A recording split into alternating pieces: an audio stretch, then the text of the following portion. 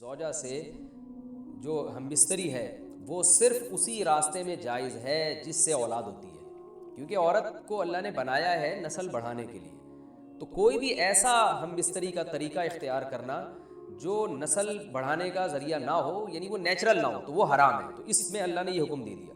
تو اس سے صاف یعنی حدیث سے بھی پتہ چلتا ہے، اور تمام فقہا کا اجماع بھی ہے اس آیت کی روشنی میں کہ مسئلہ تھوڑا حیا کے خلاف ہے، لیکن میرا خیال ہے بتانا ضروری ہے کہ پچھلے راستے سے عورت سے ہم بستری کرنا بالکل حرام ہے، ناجائز ہے. اور نبی صلی اللہ علیہ وسلم کی اس پہ بہت شدید لعنت ہے، بہت شدید وعید ہے. تو یہ بالکل اللیگل ہے اسلام میں کہ عورت کے پچھلے راستے سے اس سے ہم بستری کی جائے. جو لوگ لڑکوں سے بدفعلی کے عادی ہوتے ہیں ان کو یہ ایک چسکا لگ جاتا ہے، تو یہ حرام ہے، ناجائز ہے، کیونکہ اللہ نے بتا دیا کہ یہ تمہارے لیے بمنزلہ کھیل. مفتی طارق مسعود کے بیانات کے لیے طارق مسعود آفیشیل کو سبسکرائب کریں. طارق مسعود آفیشیل.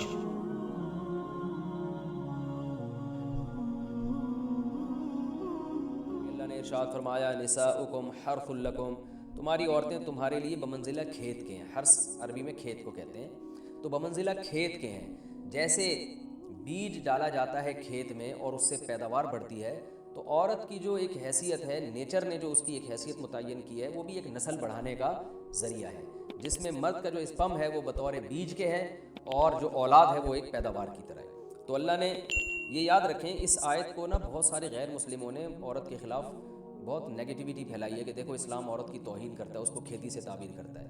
تو کچھ لفظ کسی اور زبان میں جب وہ جاتے ہیں نا تو وہ توہین کا معنی دیتے ہیں. عربی میں جو حرث کا معنی ہے یہ تعظیم کے لیے ہے، توہین کے لیے نہیں ہے. اردو میں جو کھیتی کا معنی ہے وہ توہین کے لیے استعمال ہوتا ہے. کھیتی یعنی جو پاؤں میں روندی ڈالنے والی، اور زمین جو ہے نا پاؤں میں گویا روندی، اس کو روندا جا رہا ہے. تو اس لیے اس کا اردو میں بالکل اسی طرح جو لوگ ترجمہ کر دیتے ہیں کہ عورتیں تمہاری کھیتیاں ہیں، تو یہ ترجمہ میرا خیال ہے اس لیے درست نہیں ہے کہ اردو میں اس کا مفہوم ہی چینج ہو جاتا ہے. یعنی گویا ایک عزت کے لیے جو لفظ اللہ نے استعمال کیا وہ ذلت کا ذریعہ بن جاتا ہے. تو اس لیے کسی بھی زبان میں جب ہم کسی بھی لفظ کا ترجمہ کرتے ہیں تو اس زبان کے ہمیں محاوروں کو دیکھنا چاہیے کہ اس زبان میں یہ لفظ کس معنی میں استعمال ہو رہا ہے. مثال کے طور پر ہو سکتا ہے کتا کا لفظ کسی زبان میں وفاداری کے لیے استعمال ہوتا ہو، کسی کو لوگ ڈاگ کہتے ہوں تو اس کا مقصد ہوتا ہے وفادار انسان ہے، لیکن ہمارے یہاں اردو میں گالی ہے وہ. اور آپ بولیں کہ بھئی وہ فلاں قوم ڈاگ کہتی ہے تو ہم کتا کہیں گے، تو آپ جب اس کا ترجمہ اردو میں کریں گے تو کتے سے نہیں کر سکتے. تو اسی طرح یہ عربی کا جو لفظ ہے اس میں بھی یہ چیز غور یعنی ملحوظ رہنی چاہیے. تو اس لیے اس کا ترجمہ کیا جائے گا تمہاری عورتیں تمہارے لیے پیداوار بڑھانے کا ذریعہ ہیں، نسل بڑھانے کا ذریعہ ہیں. فاتو حرثکم، تم اپنے اس نسل بڑھانے کے ذریعے کے پاس آؤ، انا شئتم، جیسے چاہو، وقدموا لانفسکم، اور اپنے نفسوں کے لیے آگے بھیجو، یعنی اولاد کی نیت سے آیا کرو زوجہ کے پاس اور آخرت کے لیے انتظام کرو، یعنی اولاد پیدا کر کے جو تاکہ دنیا اور آخرت میں تمہارے لیے، فیوچر میں تمہارے لیے کام آئے. دنیا بھی داخل ہے، آخرت بھی داخل ہے. تو اس آیت کا بھی ایک شان نزول ہے کہ صحابہ کرام تو چونکہ جو خواتین تھیں مکہ میں صدیوں سے وہ لوگ آباد تھے، ان کے سفر خاص طور پہ عورتوں کے سفر بہت ہی کم ہوا کرتے تھے. تو جب ہجرت ہوئی ہے اور جو ہے نا ہجرت کر کے بہت ساری صحابیات مدینہ آئی ہیں، تو مدینہ میں ان کے نکاح دوسری قوموں میں ہوئے، پھر انصار صحابہ سے بھی ہوئے. تو چونکہ تقویٰ تھا ان خواتین میں، للہیت تھی، تو بعض جگہ ایسے واقعات ہوئے کہ میاں بیوی کے جو آپس کا ریلیشن ہوتا ہے، ظاہر ہے وہ ہر قوم میں اور ہر جو ہے نا شخص کا مزاج دوسرے سے مختلف ہوتا ہے. تو بعض مردوں نے اس طرح سے اپنی زوجات کے ساتھ ہم بستری کی کہ ان خواتین کو پھر اشکال ہوا کہ پتہ نہیں اس طرح سے ہم بستری کرنا جائز بھی ہے یا نہیں ہے. تو انہوں نے نبی صلی اللہ علیہ وسلم سے یہ مسئلہ پوچھا کہ یا رسول اللہ، ہمارے شوہر ہمارے پاس اس طرح سے آتے ہیں تو کیا یہ جائز ہے یا نہیں. تو ان کے سوال کو بھی مبہم رکھا گیا اور قرآن نے اس کے جواب کو بھی کنایتاً بیان کیا، کیونکہ مسئلہ بظاہر حیا کے خلاف ہے. تو قرآن جب بھی کوئی ایسی بات ہوتی ہے تو اشارتاً کنایتاً اس کا تذکرہ کر دیتا ہے تاکہ مسئلہ بھی واضح ہو جائے، کیونکہ ظاہر ہے اس کی ضرورت تو قیامت تک آنے والے انسانوں کو پڑ سکتی ہے نا. یہ تو ہر میاں بیوی کا اپنا ایک ذاتی مسئلہ ہوتا ہے کہ ہمیں کس طرح سے پرمیشن ہے، کس طرح سے پرمیشن نہیں ہے. تو اللہ تعالیٰ نے بھی اشارتاً ہی اس حکم کو قرآن میں بیان کر دیا. قرآن نے اس لیے بیان کیا کہ تاکہ اس میں کوئی اجتہادی اختلاف کی گنجائش نہ رہے. تو اللہ نے قرآن مجید میں بیان کیا، فرمایا نساؤکم حرث لکم، تمہاری جو ازواج ہیں، تمہاری جو بیویاں ہیں، وہ تمہارے لیے بمنزلہ کھیت ہیں.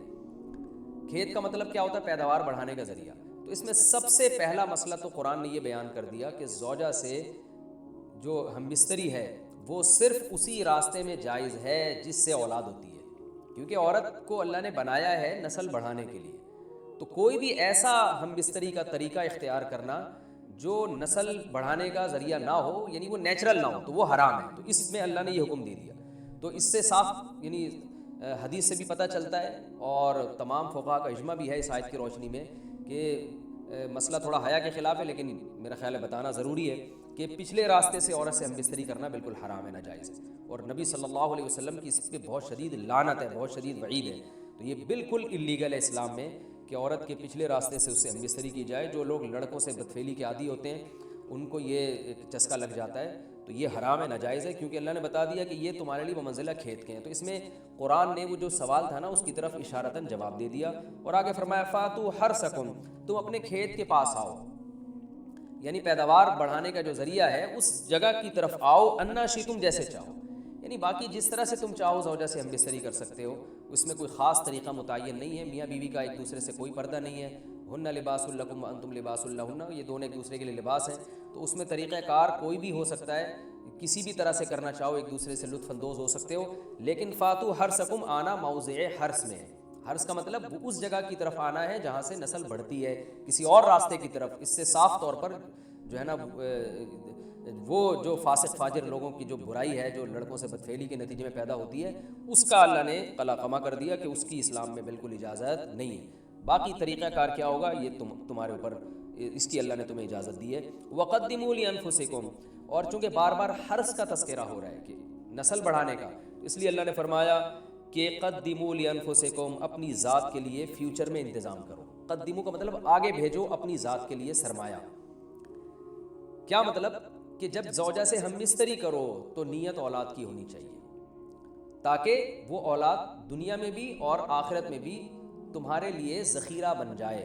تو یہ نسل بڑھانے کی بہت زبردست ترغیب ہے اس آیت میں، اور اس آیت میں اللہ نے عورت کا کہ بہت ساری ذمہ داریوں میں سے ایک بڑی ذمہ داری کا بھی بیان بتا دیا کہ عورت کو اللہ نے بنایا ہے، جو مرد اور عورت کا جو فرق رکھا ہے نا، اس فرق کی بڑی وجہ یہی ہے کہ مرد کے اسپم کو اللہ نے بیج کے طور پہ پیدا کیا ہے اور عورت کو اللہ نے زمین کے طور پہ۔ تو بیج اور زمین کے ملاپ کا بنیادی مقصد ہی نسل بڑھانا، پیداوار بڑھانا ہوتا ہے، نہ یہ کہ نسل روکنا۔ آج فیملی پلاننگ والوں نے اس آیت کی دھجیاں اڑا دی ہیں، اور جو پوری دنیا میں ایک بیہودہ قسم کی تحریک چل رہی ہے، یہ آیت بالکل اس کی نفی کر رہی ہے۔ اس لیے اللہ نے فرمایا اچھا، اللہ نے اس کا بھی جواب دے دیا کہ جو فیملی پلاننگ والے کہتے ہیں نا نسل بڑھنے سے تمہارا نقصان ہوگا، خرچے بڑھ جائیں گے، تو اللہ فرماتا ہے قدموا لانفسکم، تمہارا فیوچر بن جائے گا، سنور جائے گا، کیونکہ اولاد پہ اتنی انویسٹمنٹ نہیں ہوتی جتنا اس کا آؤٹ پٹ ہوتا ہے۔ ان پٹ کم ہے، آؤٹ پٹ زیادہ ہے، انویسٹمنٹ کم ہے، اس کے جو پروفٹ ہے وہ زیادہ ہے، دنیا میں بھی اور آخرت میں بھی۔ تو اللہ نے فرمایا اپنے نفس کے لیے، فیوچر کے لیے انتظام کرو، بڑھاپے کے لیے انتظام کرو، تمہارے بیٹے ہوں گے، بیٹیاں ہوں گی، پوتے ہوں گے، نواسے ہوں گے، بہویں ہوں گی، یہ دنیا کا مستقبل اور آخرت کا مستقبل کیا ہے۔ جو عبداللہ بن عمر رضی اللہ تعالیٰ عنہ نے جب نکاح کا ارادہ ترک کیا تو آپ کی جو ہمشیرہ تھی حضرت حفصہ، انہوں نے فرمایا کہ نکاح کرو، تمہارے اولاد ہوگی، دنیا سے جاؤ گے تو تمہارے لیے دعائیں مانگے گی، تو یہ آخرت کے لیے ذخیرہ ہے۔ تو اس لیے اللہ نے فرمایا کہ آخرت کے لیے ذخیرہ کرو، واتقوا اللہ، اور اللہ سے ڈرو، واعلموا انکم ملاقوہ، اور جان لو کہ تم نے ایک دن